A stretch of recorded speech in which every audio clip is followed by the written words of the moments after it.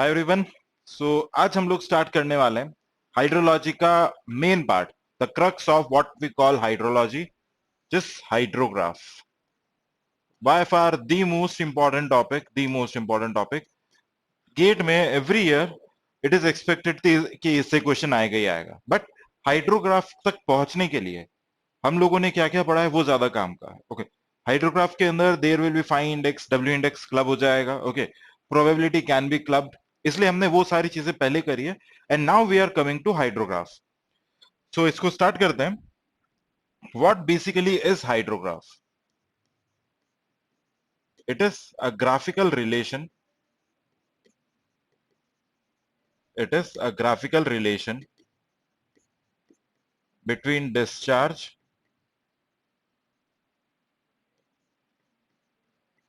and time at a given section,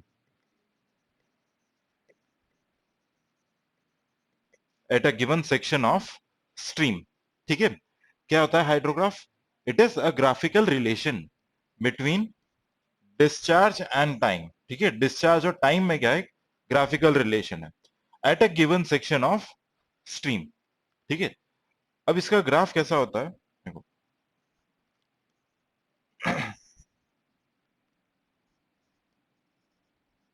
this is time और यहां पे है डिस्चार्ज। ध्यान रहे, टाइम और रेनफॉल इंटेंसिटी का जो ग्राफ होता था उसे हम लोग क्या कहते थे? हाइटोग्राफ।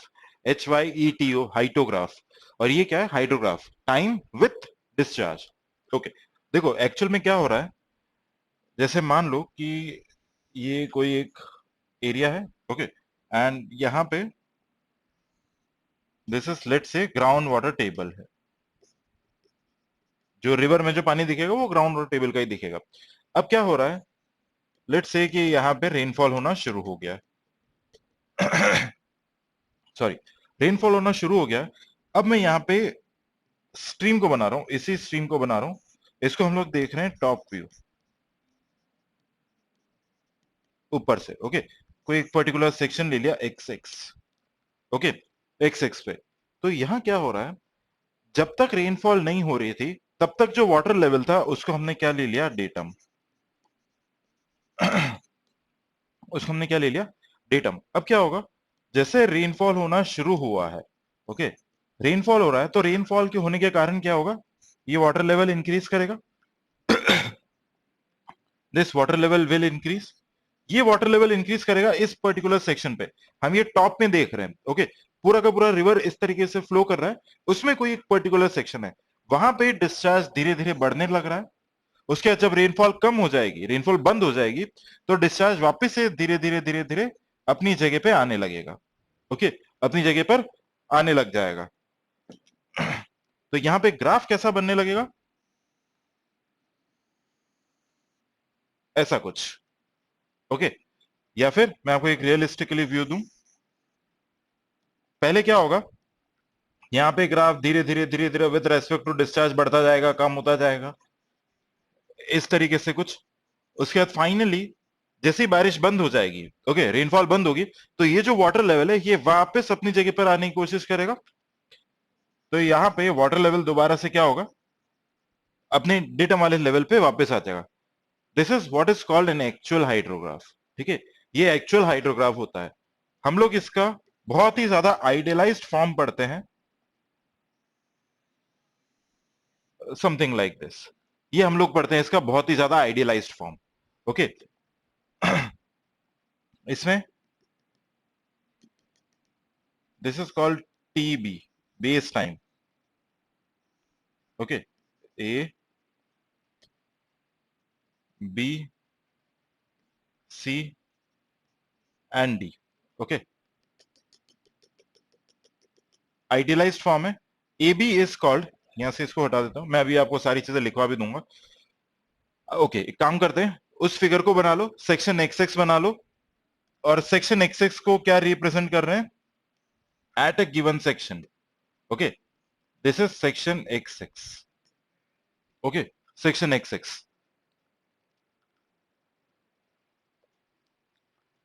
अब यहां पे लिखना शुरू करते हैं। ओके, आई होप आप सबने लिख लिया है। यहां से मैं इसको हटा रहा हूं। All right. Okay. Now AB is called AB is called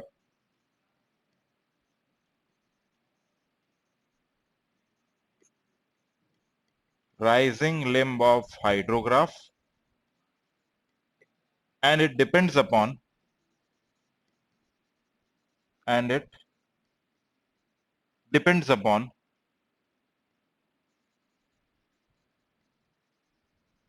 catchment characteristics,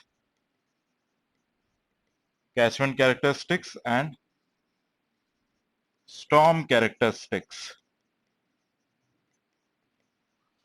And it depends upon catchment characteristics and storm characteristics. इसी तरीके से CD is called falling limb of hydrograph, is called falling limb of hydrograph, and it depends, इसमें हमें लिखना है and it depends only on and it depends only on catchment characteristics,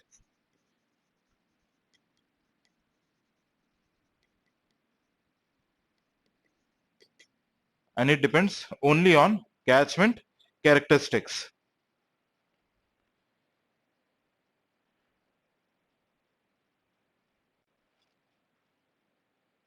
अब यहाँ पे हाइड्रोग्राफ में कुछ एक नोटेशंस और भी होते हैं, जैसे यहाँ पे हम लोग ये भी बनाते हैं, एक बॉक्स बनाते हैं, यहाँ पे इसको लिखते हैं TR, टाइम ऑफ रेनफॉल, और ये D, depth of run of. Okay, तो यहाँ पे TR लिखते हैं, मतलब 4 घंटे बारिश हुई, 5 घंटे बारिश हुई, ऐसा कुछ है। अब बारिश कितनी देर हो रही है और यहाँ पे डिस्चार्ज कैसे वेरी कर रहा है, दोनों अलग अलग चीजें, कंफ्यूज नहीं होना इसमें। ओके, जैसे मान लेते हैं कि रेनफॉल हो रहा है फॉर एग्जाम्पल कुछ 8 घंटे के लिए, ओके, फॉर 8 आवर्स और समथिंग हमारा रेनफॉल हो रहा है। अब 8 घंटे रेनफॉल हो रहा है और डिस्चार्ज क्या सडनली कम थोड़ी ना होने लग जाएगा। डिस्चार्ज को कम होने में या रिवर के अंदर जो वाटर लेवल बढ़ा है उसको वापस से अपनी जगह पे आने में इट टेक्स टाइम। तो ये जो टाइम है, okay, this might not be same as 6 hours और 8 आवर्स, जो भी हम फॉर दैट पर्पस टीआर को ले रहे हैं। ओके, टीआर यहाँ पे हमारे लिए क्या है, it is the time, it is the time for which rainfall takes place. Okay, it is the time for which rainfall takes place. Alright, अब यहां पे एक टीबी टर्म आता है और एक डी टर्म आता है। डी बेसिकली हमें क्या बताता है, इसको यहां पे लिख लेते हैं। डी हमें क्या बताता है, it is depth of run of. ये क्या है, डेप्थ ऑफ रन ऑफ, कि फॉर एग्जाम्पल अगर टीआर हम ले लेते हैं कुछ 8 आवर्स, 8 घंटे बारिश हुई है, 8 आवर्स रेनफॉल हुआ है, और उससे फॉर एग्जाम्पल कुछ 2 सेंटीमीटर 4 सेंटीमीटर का रन ऑफ जनरेट हुआ है। तो यहाँ पे 8 आवर्स और यहाँ पे 4 आवर्स 4 सेंटीमीटर, इस तरीके से कुछ लिखा जाएगा। डेप्थ ऑफ रन ऑफ, इसको कितनी बार डेप्थ ऑफ इफेक्टिव रेनफॉल भी बोलते हैं। कुल मिला के यहाँ पे रन ऑफ लिखना होता है। ओके, नेक्स्ट हम लोग लिख लेते हैं what is TB.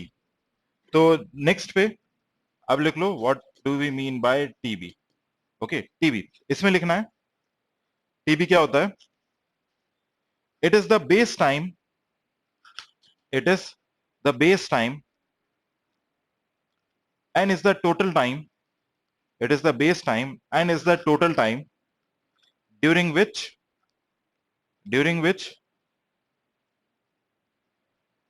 catchment contributes during which catchment contributes flow at the section catchment contributes flow at the section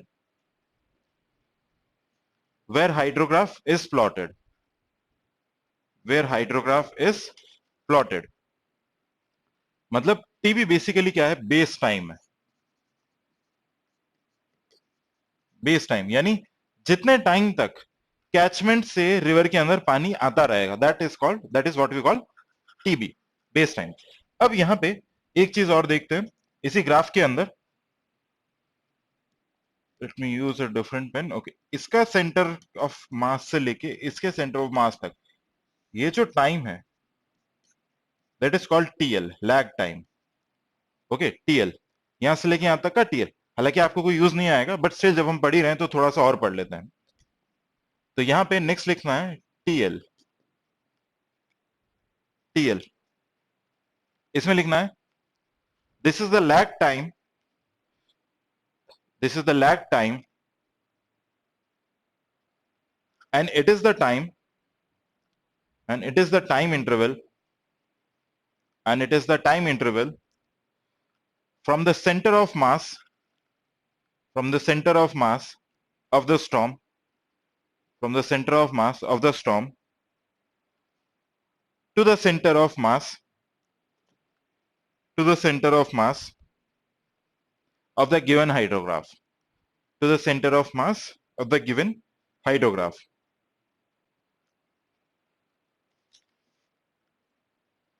It is equal to, it is equal to time of concentration. Actually में ये हमारे लिए होता है time of concentration.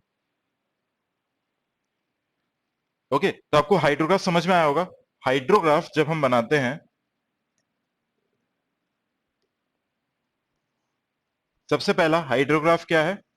It is a graphical relationship between discharge and time. Okay, अब मैं आपको notation दे रहा हूं। ये जो टाइम होगा this will be in hours, और डिस्चार्ज किस में होगा? मीटर क्यूब पर सेकेंड में। This is symmetrical, looks like a bit looks like normal distribution। ठीक है, अब यहां से लेके यहां तक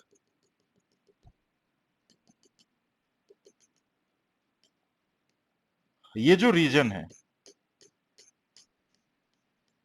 दिस इज कॉल्ड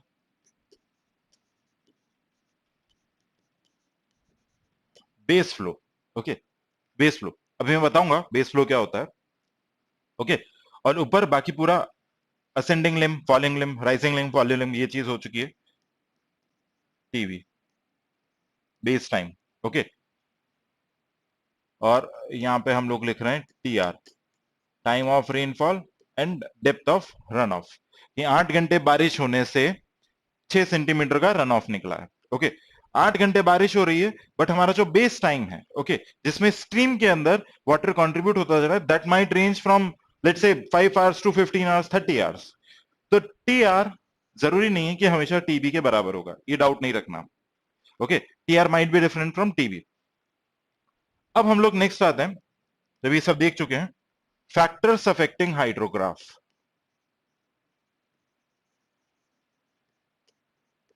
अभी आपको एक पिक्चर और दूंगा तो उससे सारी चीजें क्लियर हो जाएंगी। Factors affecting hydrograph. Okay, first लिखना है shape of the catchment.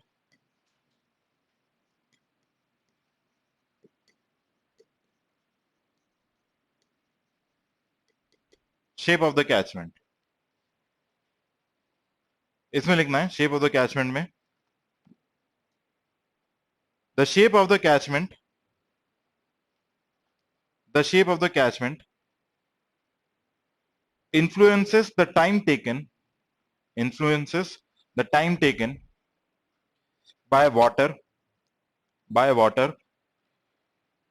to reach the location, to reach the location from the farthest point, from the farthest point, and hence, and hence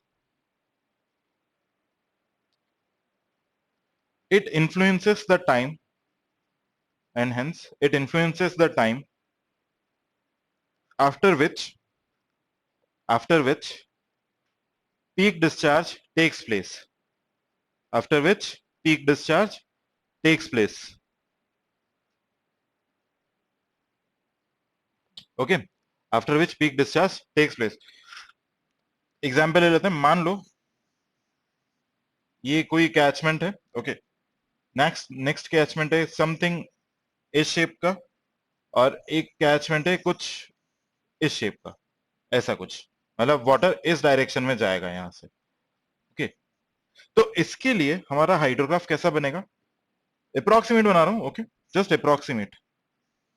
इसके लिए जो अप्रोक्सीमेट हाइड्रोग्राफ बनेगा something like this.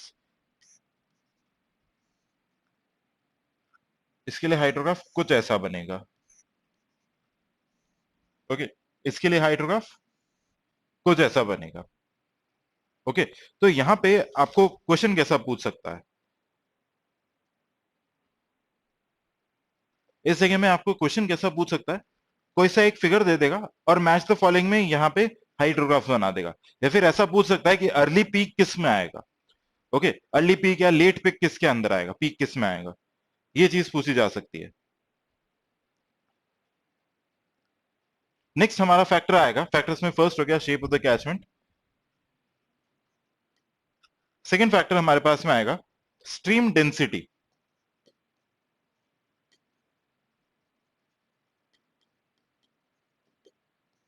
Stream density,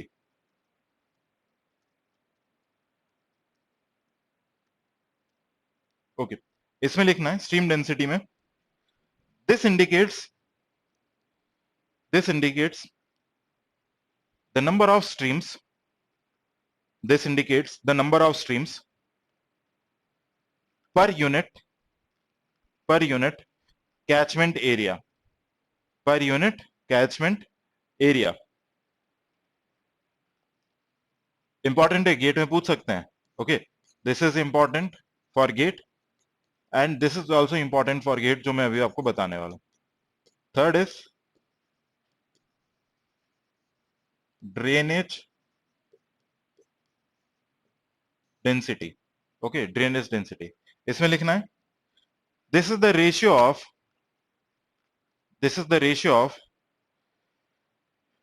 total length of stream total length of stream to the area of catchment, total length of stream to the area of catchment। More drainage density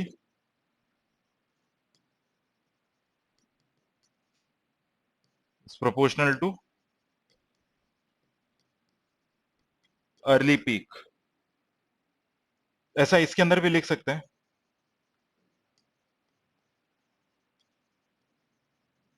more stream density is proportional to early peak। Fourth लिखना है हमें size of the catchment। Shape हो गया, stream density हो गया, drainage density हो गया। Third हमारे लिए जो आता है that is size of the catchment. Okay, इसमें लिखना है peak discharge, the peak discharge is directly proportional to peak discharge is directly proportional to a to the power n, where a is catchment area and n is a constant।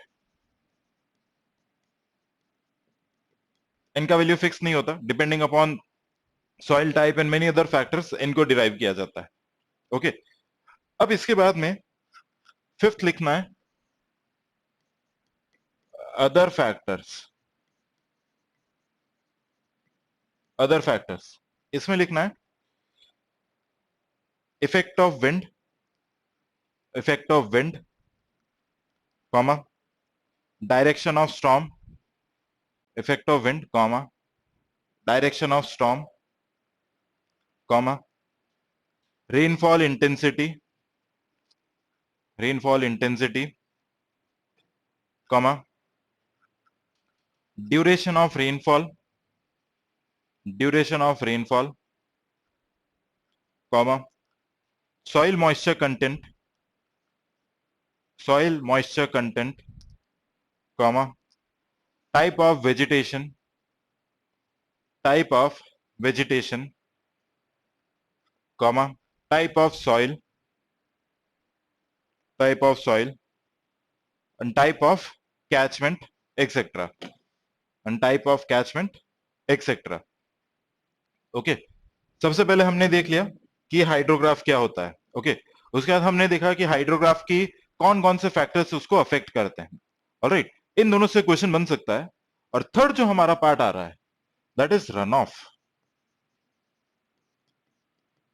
Okay, run of. Alright, अब देखो यहाँ पे, पहले एक बार image बना रहा हूं just to make you realize कि एक्चुअल में कैसा सिनेरियो है। Okay, this is ground water table. Alright, मान लो ऐसा देयर इज सम, ऐसा कुछ है, एंड यहाँ पे देयर आर ट्रीज, ये इसकी रूट्स हो गई। ऑलराइट, अब यहाँ पे ऊपर से क्या हो रहा है, रेनफॉल। जब भी रेनफॉल होगी क्या होगा, run of plus infiltration plus losses, ये सबको पता है। Run of plus infiltration plus losses. Losses हम लोग पढ़ चुके, तीन चार तरीके के लॉस होते हैं। डिप्रेशन स्टोरेज हो गया, इंटरसेप्शन लॉस हो गया, स्टेम फॉल हो गया, और एक इवेपोरेशन हो गया। ओके, अब इसमें से इवेपोरेशन मोस्ट इंपॉर्टेंट है, तो वो हम कर चुके हैं। इनफिल्ट्रेशन पूरा बहुत डेप्थ में किया है, फाइन इंडेक्स कर लिया, डब्ल्यू इंडेक्स कर लिया, हमने इनफिल्ट्रेशन कर्व्स देख ली, हॉटन्स इक्वेशन देख ली, वो सारा हो गया इनफिल्ट्रेशन। अब जो हम करने वाले हैं दैट इज रन ऑफ, तो वही हमारा अब हेडिंग है, रन ऑफ। ओके, अब आपको सिनेरियो समझ में आ रहा होगा। ओके, अब रन ऑफ में आपको लिखना है, होगा क्या, यहां से बारिश आएगी, कुछ पानी ऐसा आएगा। ओके, कुछ डायरेक्टली स्ट्रीम में गिरेगा, कुछ रेनफॉल डायरेक्टली स्ट्रीम में गिरेगी, कुछ जमीन से होता हुआ ऐसा आएगा, कुछ ऐसा होगा कि सॉइल के नीचे जाएगा, कुछ ग्राउंड वाटर टेबल से मिलेगा, और कुछ डायरेक्टली बिना ग्राउंड वाटर टेबल को टच किए रिवर में आ जाएगा। Okay, this is called prompt interflow. सारी चीजें मैं लिखवाऊंगा अभी आपको। ओके, तो इसमें लिखना शुरू करते हैं रन ऑफ में। This is the flowing away, this is, अब पहले चाहो तो ये एक बार इमेज बना लो ताकि ध्यान रहेगा, and then I start dictating. Video को पॉज करके एक बार इमेज बना लो। ओके, इसमें लिखना है, this is the flowing away of precipitation. Runoff में लिखना है, this is the flowing away of precipitation from a catchment area, from a catchment area.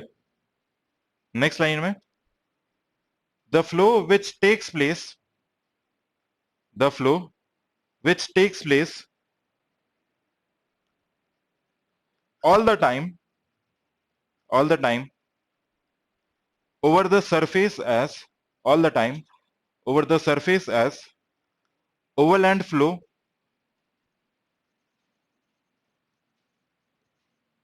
overland flow, and through the channels, and through the channels as open channel flow, and through the channels as open channel flow is called, is called surface runoff, is called surface runoff। next line में, runoff is broadly classified, runoff is broadly classified under two heads, under two heads। First है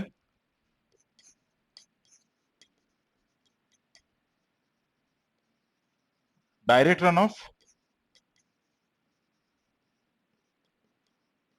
and the second one is base flow. एक हो गया direct run of, और दूसरा हमारे लिए क्या हो गया, बेस फ्लो। ठीक है, ओके। अब देखो, अब क्या होने वाला है, डायरेक्ट रन ऑफ हो गया, बेस फ्लो हो गया, सारी चीजें हो गई। अब सिंपल सा क्या हो रहा है, जैसे फॉर एग्जाम्पल अगर यहां से रेनफॉल आ रही है, ओके, अब इसके अंदर ये जो रन ऑफ है, ये रन ऑफ दो तरीके का हो रहा है।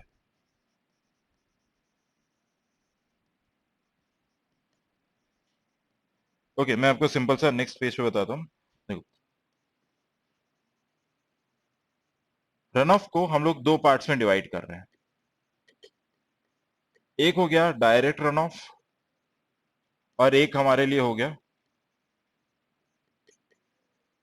Base flow. ठीक है, अब बेस फ्लो क्या है, ये हमने पहले भी देखा था, हाइड्रोग्राफ में आया था बेस फ्लो, मैंने बताया था। अब क्या होता है, जब यहां से पानी नीचे आता है, वाटर नीचे आता है, ग्राउंड वाटर टेबल को टच करता है, ओके, ग्राउंड वाटर टेबल को टच करता है तो that is basically your infiltration. अब थोड़े टाइम में क्या होने लगता है, जैसे जैसे जैसे ग्राउंड वाटर टेबल ऊपर की तरफ जाएगा, यहां से वाटर इधर जाने लगेगा। This is what we call base flow. It is the delayed flow,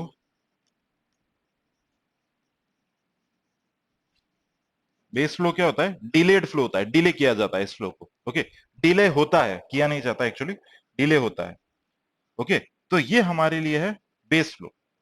okay, अब इसको लिखते हैं, एक डायरेक्ट रन ऑफ हो गया और एक बेस फ्लो। अब डायरेक्ट रन ऑफ में क्या आएगा,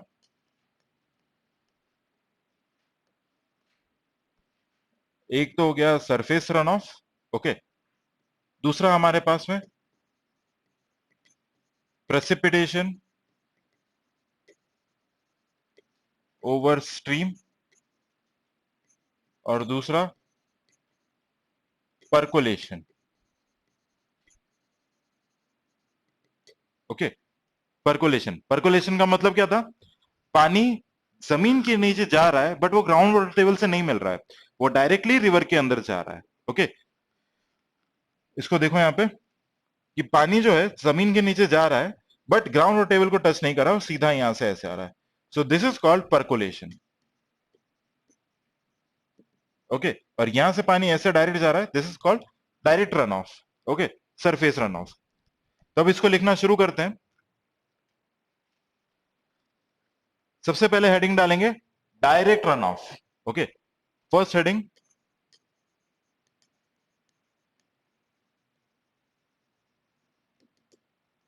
direct runoff.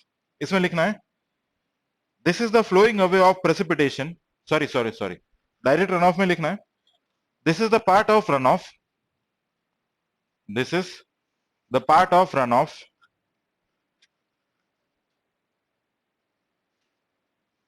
which immediately reaches which immediately reaches the stream, which immediately reaches the stream after precipitation, after precipitation। यहां पर I made a very mistake हो गया है। मिस्टेक ये हो गया कि ये परकोलेशन वर्ड नहीं है। Okay, percolation word basically soil mechanics में आता है, तो यहाँ पे परकोलेशन नहीं है, this is called prompt interflow. Please everyone correct this, this is prompt interflow. Okay, यहाँ पे दिस इज कॉल्ड बिना टच करे नीचे जा रहा है, तो that we are calling as prompt interval. Please correct this, percolation नहीं है, पानी जमीन के नीचे जा रहा है, ग्राउंड के नीचे जा रहा है, ग्राउंड वाटर टेबल से मीट नहीं कर रहा है और डायरेक्टली स्ट्रीम के अंदर जा रहा है, so that is called prompt interflow. Sorry, मैंने आपको परकुलेशन बोल दिया by mistake. Okay, direct runoff, इसी स्टेटमेंट को, डायरेक्ट रन ऑफ को मैं वापस से बोल रहा हूं, this is the part of runoff, this is the part of runoff which immediately reaches the stream, which immediately reaches the stream after precipitation, after precipitation. It includes, it includes surface runoff, it includes surface runoff plus prompt interflow, surface runoff plus prompt interflow plus plus precipitation on the stream, plus precipitation on the stream। Second हमारे पास में आता है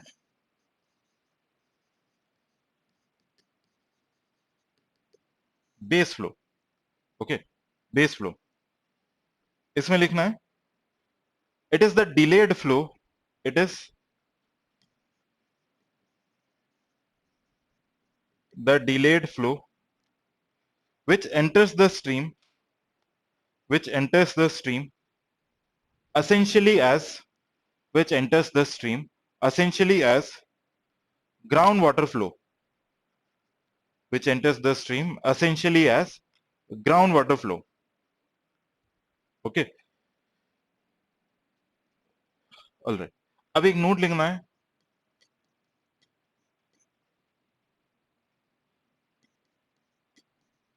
जो total run of होगा वो किस किस के बराबर है? एक हो गया direct run of plus base flow, ठीक है। एक हो गया direct run of plus base flow. अब यहां पे हम लोग डायरेक्ट रन ऑफ को क्या लिख सकते हैं?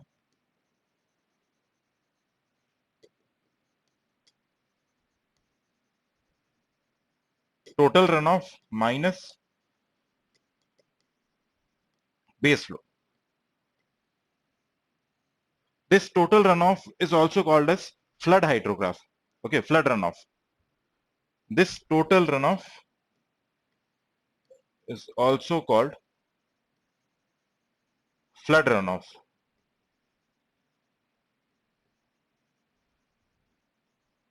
Okay, also called flood run of. तो अभी तक आपको रन ऑफ का बेसिक बेसिक आइडिया लगा होगा, इन थ्योरी एटलीस्ट पता चल गया है कि रन ऑफ क्या होता है। ओके, अब हम लोग लिखते हैं what are the methods to determine runoff. Next आते हैं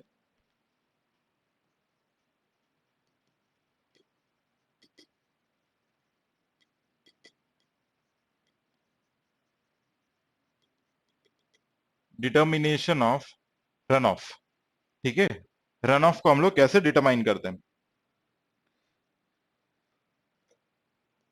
ए यूज ऑफ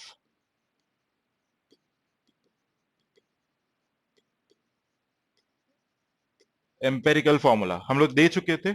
एक हमारा था rational formula, we have Dickens formula, we have Ryves formula, we have Inglis formula. Okay, तो ये सारे हमारे लिए क्या है? एम्पेरिकल फॉर्मूला है। B use of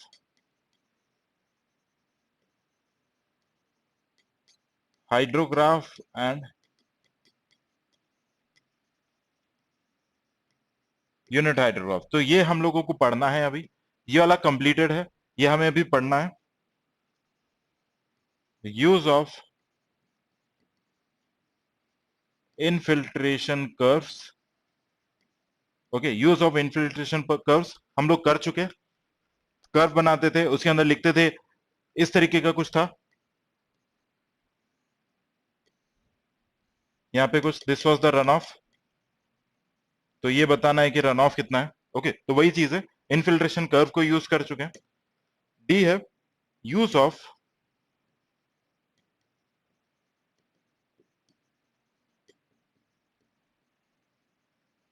rainfall run of correlation. Okay, use of rainfall run of correlation. तो as such तो आपको इससे क्वेश्चन के आने के चांसेस बहुत कम है। मैक्सिमम जो क्वेश्चन आता है वो इसी से आता है, मैक्सिमम जो क्वेश्चन आता है वो इसी से आता है। ओके, बट स्टिल अगेन वही चीज है, जब हम पढ़ रहे हैं तो सारी चीजें पढ़ लेते हैं। ये हमने पढ़ लिया, ये पढ़ लिया, ये तो हमें डेप्थ में पूरा पढ़ना ही है। हम ये वाला टॉपिक कर लेते हैं पहले, use of rainfall run of correlation. Okay, topic है यूज ऑफ, और let's me right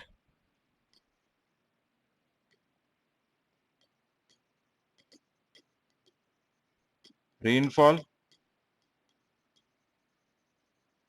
run of correlation. Okay, rainfall को हम लोग पी से डिनोट करते हैं, एज इन प्रेसिपिटेशन। ओके, और रन ऑफ को आर से डिनोट करते हैं। स्टैटिस्टिकल मेथड है। इसमें बेसिकली होता क्या है, हमें बहुत सारा डेटा दे रखा होता है रेनफॉल का, बहुत सारा डेटा दे रखा होगा रन ऑफ का। इससे हम लोग एक बेस्ट फिट लाइन ड्रॉ करने की कोशिश करते हैं। ओके, मान लो आपके पास रेनफॉल का डेटा है और आपके पास रन ऑफ का डेटा है। ओके, हम क्या करते हैं, यहां पे ले लेते हैं P, यहां पे ले लेते हैं R। ओके, अब यहां से हम लोग क्या करते हैं, इनको प्लॉट करना शुरू करते हैं। ओके, प्लॉट करना शुरू करेंगे, इस पॉइंट के कोरस्पॉन्डिंग ये एक पॉइंट ये आ गया, इसके कोरस्पॉन्डिंग ये पॉइंट आ गया। ऐसे करते करते we try to plot. Okay, ऐसे ऐसे कुछ प्लॉट कर दिया, ये हमारे पास कुछ डेटा आ गया। अब क्या करते हैं, we try to draw a best fit line.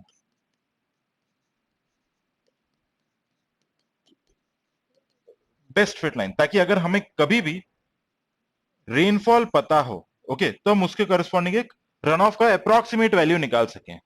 कौन सा मेथड यूज करेंगे? Method of least square, by using method of least, I am sure आपने सबने सुना होगा कि मेथड ऑफ लीस्ट स्क्वायर क्या होता है। हम लोग ये डिस्कस नहीं करेंगे, मैं आपको डायरेक्टली रिलेशन ही बताऊंगा। तो डायरेक्टली यहां पे इक्वेशन होती है R equal to A P plus B. Okay, runoff equal to A P plus B. आप एक्सेस चेंज कर सकते हो, डज नॉट मैटर। यहाँ पे पी रख सकते हैं, यहाँ पे आर रख सकते हैं, that is completely fine. Okay, rainfall run of को रिलेशन।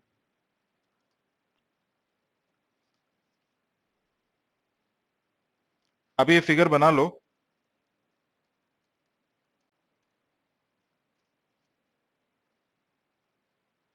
ऑलराइट, अब मैं यहाँ पे को एक्सप्रेशन लिख रहा हूं, R equal to A P plus B. R सबको पता है, पी सबको पता है, A and B are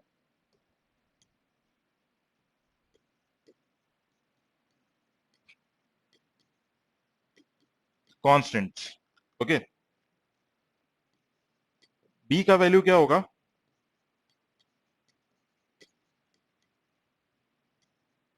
okay, A का value N summation P R minus divided bye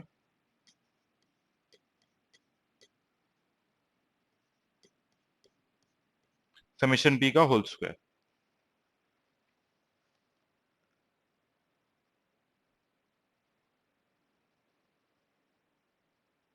okay, थोड़ा सा मुश्किल जैसा है क्योंकि ये याद नहीं होता। ओके, याद करना थोड़ा सा मुश्किल काम है। एनीवे, अगर आपको तैयारी करनी है तो ये चीज याद करनी पड़ेगी। ठीक है, ए आपके पास आ गया, बी आपके पास आ गया, एन क्या है? सैंपल साइज, कि सैंपल का साइज कितना है। Okay, this is your sample size. Okay, अब क्या करें, अब इसका एक न्यूमेरिकल कर लेते हैं, आपको थोड़ा सा इजी लगेगा।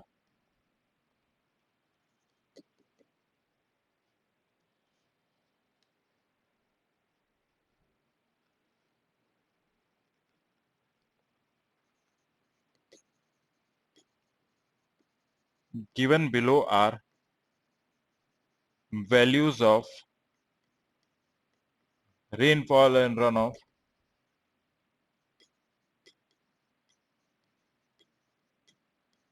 find the correlation. Okay,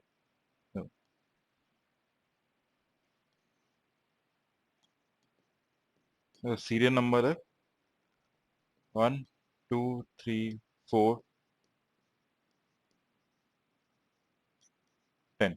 okay, यहाँ पे just let me do one thing, straight lines खींच लेते हैं क्योंकि ये बहुत ज्यादा क्लम्सी हो जाएगा अभी।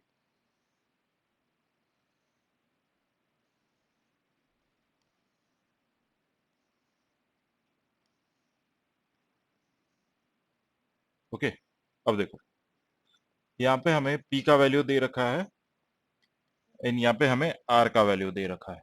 ओके,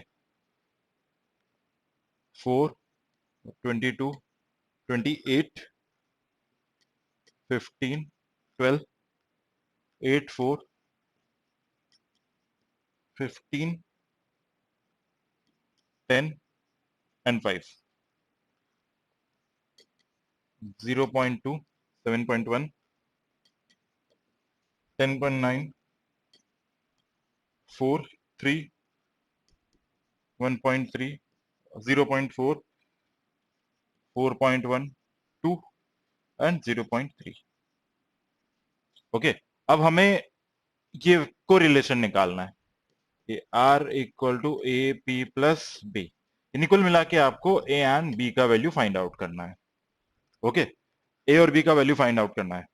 अब सिंपल सा ग्राफ को देखो, सॉरी नॉट द ग्राफ, जो इक्वेशंस मैंने आपको बताई है। ओके, उन इक्वेशन के अकॉर्डिंग ट्राई करो, आपको जो जो कॉलम्स चाहिए वो कॉलम्स आगे बनाओ, ट्राई एंड सॉल्व दिस। और मैं भी यहाँ पे मीनवाइल सॉल्व कर रहा हूँ। So I will need columns, एक R square, I will need P R and P square. Okay, और यहाँ पे सबके हम लोग कर देंगे सम्स। ओके, सम करेंगे तो दिस विल बी 123, मैं डायरेक्ट वैल्यूज लिख रहा हूं, अब इसको सॉल्व करना है। 217.4, 653.2, this is 2083. Okay, 2083।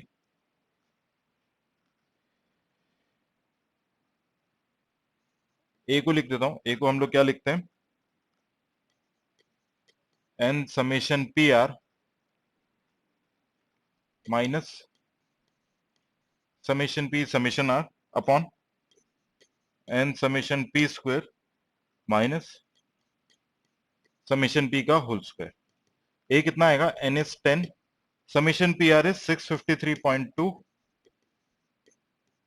Minus summation P is 123, summation R is 33.3 divided by 10, summation P square is 2083 minus summation P का होल स्क्वायर यानी 123 का होल स्क्वायर। ओके, इसे सॉल्व करेंगे तो ए का वैल्यू आएगा नियर अबाउट 0.427। ए का वैल्यू कितना आएगा, 0.427। अब इसे सॉल्व करोगे आपको दिख जाएगा ए का वैल्यू 0.427। अब अगर आपको बी का वैल्यू निकालना है, B was equal to summation R minus A summation P upon N. Okay, summation R का वैल्यू 33.3, ए आया 0.427 into summation P that is 127 और सॉरी 123 अपॉन 10। तो बी का जो वैल्यू आएगा that will be -1.92। Okay, this is going to be -1.92। Alright, ये मिल गया आपको बी का वैल्यू।